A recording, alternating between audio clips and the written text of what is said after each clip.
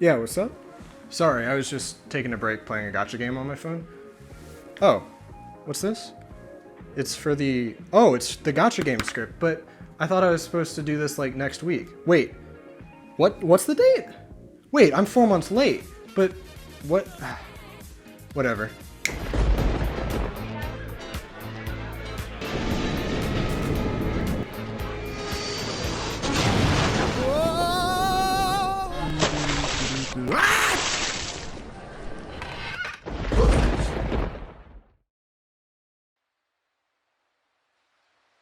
Okay. Gacha games are derived from the gachapon or gashapon machines that are located in Japan. These machines are a sort of toy trinket vending machine in the form of a blind box system. Many games have had these sort of play gambling unboxing style systems for their skins and prizes on PC and consoles for a few years now.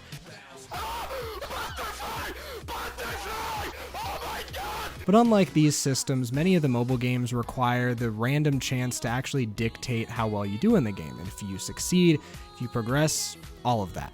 Most of the PC games refer to these as loot boxes or something similar, but are practically the same concept. Over the years, these games have kind of been pretty widely criticized for impeding on players' progress and creating a system that forces you to invest a lot of money or a lot of time into the games to be successful. On top of that, most of these games have an endgame that is completely based on an ever-growing cast of new characters, abilities, or similar virtual gacha-oriented items. The catch to these constant releases is the elements are considerably rare to obtain without spending money, and to be competitive you pretty much have to spend money to stay in the top. While I think that the criticisms for these free-to-play, pay-to-win money farms are essentially sound, I have over the years sort of taken a free-to-win strategy, essentially stretching the limits of the game's free-to-play market and attempting to play at a competitive or at least a self-rewarding level despite investing literally zero cash into them. You could say that wasting my time instead of my money is a little bit of a guilty pleasure of mine. Cut to it. You can cut to the next part. Raid Shadow Legends is one of these games that has recently popped up into mainstream attention. While I haven't played this specific game, I've played a significant amount of the other ones that have existed on both iOS and Android. Here's a few of the apps I've played somewhere here. There, I mean, probably there. There's also this weird sort of underground gacha game Underworld on Android, like these weird Pokemon games that are in the gacha format. They eventually get taken off the App Store, but they operate through like Facebook groups and APK files and frankly are way worse in terms of the gacha format. You don't even have any chance of getting the new mons created in the game. They exist only to be bought with premium currency, like this one here. Rudolph. Bro, fucking Rudolph the red-ass reindeer in a Pokemon game. Where these games really shine is the community aspect. There are guide, strategy, analysis websites, and more that help all players figure out the game. It also allows for players in general to theory craft, find out what characters are the best, which ones are the worst, which ones you have to use for events, and more. Pretty much every gacha game I have played has completely different core gameplay mechanics.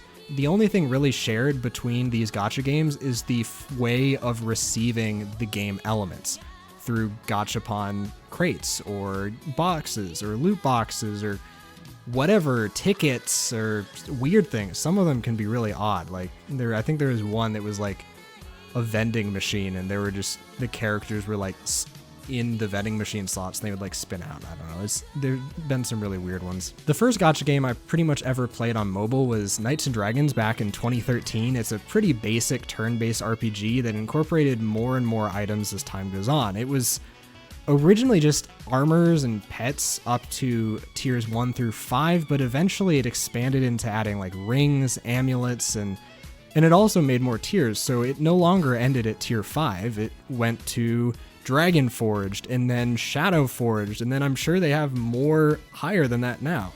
And that's how a lot of these games sort of phase out old things and make you keep buying, is the strongest things eventually become the easy things to get because they keep adding on and making things bigger and bigger.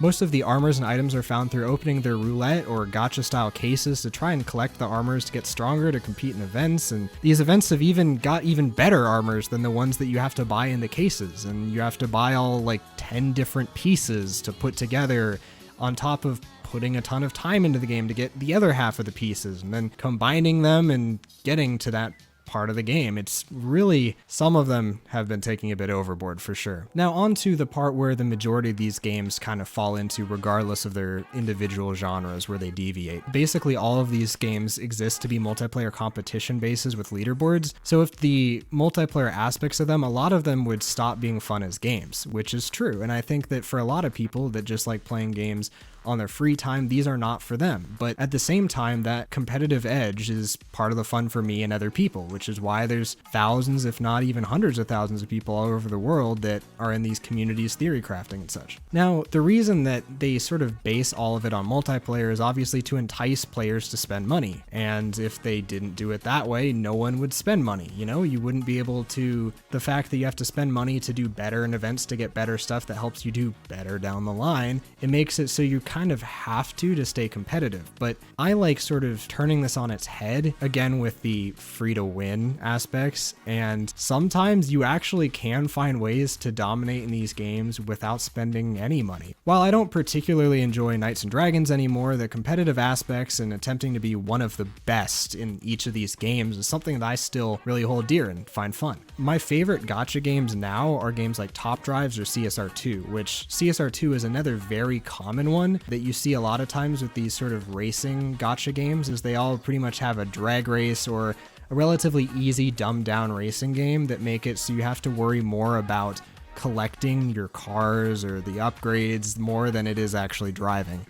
There's games like this really for everyone. Obviously I really like the car ones, but there's like tons of anime ones, which is probably its main market anyway, because they're a lot bigger in China and Japan than they are here. Pretty much every new drag racing game on the App Store takes its general design and layout from CSR and CSR2. With my taste in mobile games, I really love the end game competition and the sort of collecting and grinding for different items to make it fun, which is probably the same as a lot of people who played games like RuneScape felt. Is the early game, you just power through it to get to the end, and then you find all the best stuff and are constantly grinding away to stay competitive. The best thing about CSR2 to me is that there are actually a lot of story elements. There are approximately 5 or 6 different story modes, maybe even a little bit more if you count some of the joints together, and it makes it so you have things to progress in that aren't just the multiplayer aspect. Then you also have like Fast and Furious events and a bunch of these other cool like Easter things, and it's really just fun, and it's something that I do a lot of in my off time, like in between class. I'll play for like half an hour if I'm just sitting not doing anything, and frankly I could be spending that time making a video probably, which I haven't done in 2 years, but that's that. The community aspects of CSR2 are also great. There are spreadsheets with every single car logged at their fastest community time, and it has links to show you how to upgrade and shift them to get perfect times.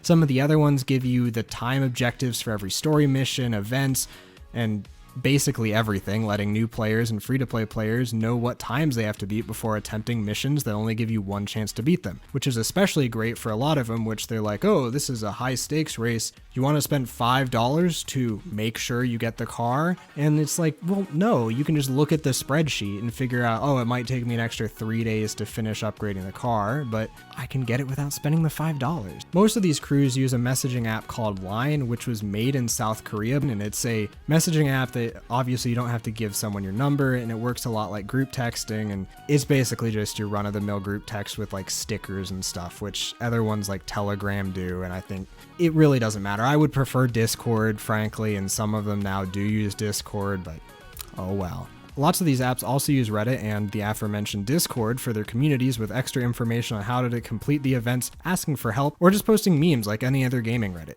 Overall, I think these games are one of my favorite on mobile. I'm kind of guilty of playing a lot of gacha games and basically no other mobile games. With the time that you can basically play like a full Call of Duty game and many other games that just feel like full Xbox 360 releases from over 10 years ago now on your phone, it's so cool. But the gacha games just really are so much fun to me because they don't really require a whole lot of super precise skill that you have to be hyper focused on the game, but they have a lot of long-term theory crafting and strategizing thing that to me is the most fun. It sort of brings an easy day-to-day thing of keeping me de-stressed. At least that's something that I deal with, is a lot of times I will be stressed every day, or I'll be stressed for classes throughout the week, and having a game that I can pick up and play for 30 minutes or so, maybe even an hour a day while I'm watching TV or something, doing something else, it just gives me a thing to focus on and have short-term goals to complete different things that just keep my mind thinking and not necessarily thinking about all my stressors. Obviously, I still work on other things, so I'll still do my homework, I'll still study, but it's just a thing that kind of like a consistency of having a schedule of just playing it for half an hour every day of one of these games. It's just fun to have different goals to go towards, especially with an issue that I have, which I'll probably talk about it later on this channel or another, but sort of my chronic fatigue of being super tired all the time. So I'm constantly in bed, basically just super tired, and it's hard to do a lot of things. But the gacha games just sort of take away, or at least make me forget a lot of that stress, because they give me little goals that I complete every day and feel accomplished with.